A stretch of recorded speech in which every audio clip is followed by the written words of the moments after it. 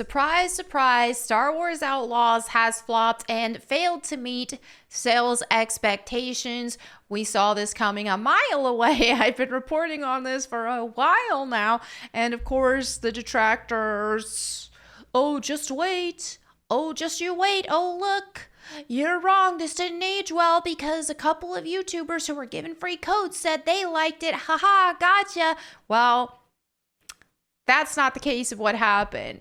Now, a lot of people think that those of us who report on this stuff and we criticize this stuff, that we just love it when games fail and we just want to see the gaming industry crash and burn. But what they fail to realize is that it's not the fact that we want the gaming industry to crash and burn.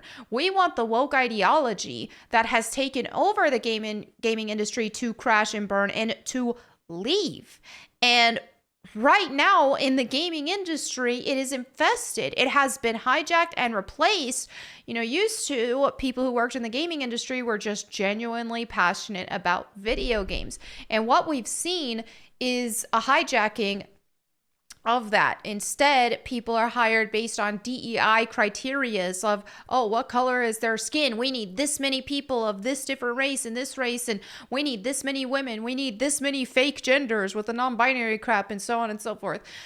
And because of all of that, we have a bunch of activists in the gaming industry now who care more about their ideologies than they do actually making good games. So in the case of Star Wars Outlaws, one of the common complaints here has been the main character, Kay Vess, or whatever her name is, how they took a face scan of a very beautiful woman and they deliberately made her look worse.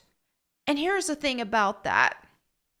Does every single character have to look like a supermodel? Does every single character have to be super attractive? No. Granted, when I play a video game, I like to play as pretty characters because video games are an escape and it's just fun to look at pretty art, right?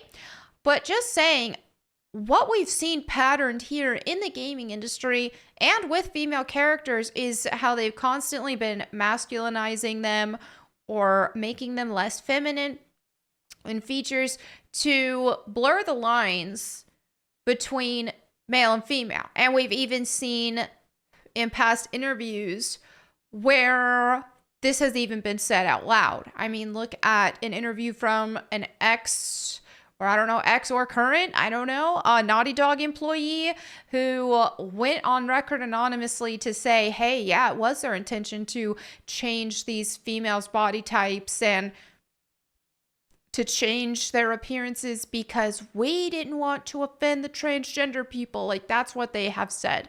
I have multiple videos on this kind of subject, but that's been the thing. But what we have here is we have a character who just looks like a Muppet. It just looks like one of those Team America puppets. And yeah, it's pretty sad to see indeed. So this obviously isn't the only reason that the game isn't doing well. The game was extremely buggy and the whole thing just looked ugly to me. Far beyond just the main character, the actual level art, all of it, just the colors were very drab. Everything about it just looked ugly. And people, oh, but it's Star Wars. They were being, this is the blah, blah, blah. Bro, we have seen Star Wars games, Jedi Fallen Order, gorgeous game, right? Very good art design. All of a sudden they don't have face scan issues with that game. But now they say, oh, well, the reason why she looks so different is because of the technology. I'm not buying it because we have seen it done well.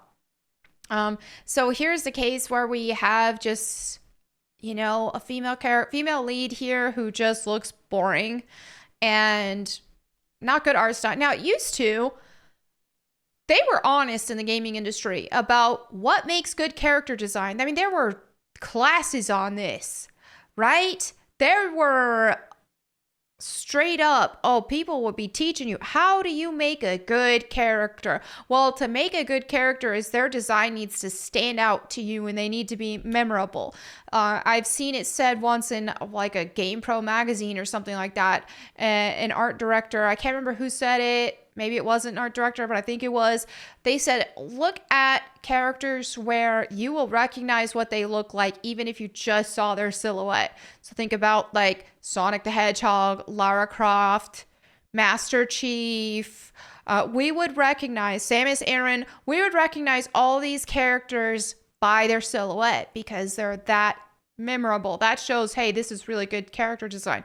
Even if you look at characters like some Final Fantasy characters, Cloud, Tifa, like you're going to recognize them from their silhouette as well. And those aren't necessarily so over the top either. I mean, a little bit, but not terribly so. But the thing is, though, is gaming has took this focus of wanting to be, oh, so gritty and realistic. And that's just boring. If we want realism, we will go touch grass. But we really, the thing is what happened to like creative art designs, fun art designs? We don't see nearly as much of that anymore. And that for me is enough reason for me to not even want to play. That was the thing for me. I mean, obviously the buggy gameplay and all that kind of stuff didn't help. But the fact that this game just looked ugly. Everything about this game looked so ugly. I had no desire to play it whatsoever. Okay, so the rumor comes from Grant Taylor Hill at Insider Gaming, who reports we have secured a current sales figure from sources close to the game. At the time of writing, Star Wars Outlaws has just ticked over 1 million sales worldwide. As noted by Hill, Assassin's Creed Mirage reportedly sold 5 million copies after 3 months, right? So this is definitely not doing well. And of course, a game like this with the Star Wars name attached to it, you've got royalties attached to that. When you're working with Lucasfilm, my goodness, this is just not good at all. And like I said, we knew this was going to happen. So this is going to be the result if these games keep continuing on this pattern. We want to see video games be fun again. We want to see video games be very aesthetically pleasing to look at and pretty again. And we want to see games that work, that actually work. And especially when it comes to female characters, a lot of modern games, like most modern games, just don't know how to write a good female character, lead character anymore. You know? Whereas, you know, back in the day, we had a lot more fun with it, with like classic Lara Croft and stuff. Not to pretend like there wasn't room for improvement with the more old school female characters, because I do think at one point it did seem like a lot of female characters had to be sexualized.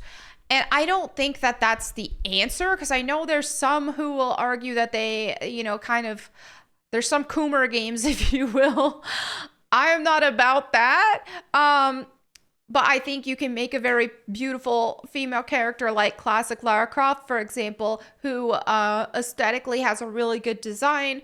And yeah, what we've done is we've just reached that's the thing, though, is even a good chunk of female leads from back in the day, like say what you will, girls liked them. Girls were dressing up as these characters for Halloween. Girls are playing these games.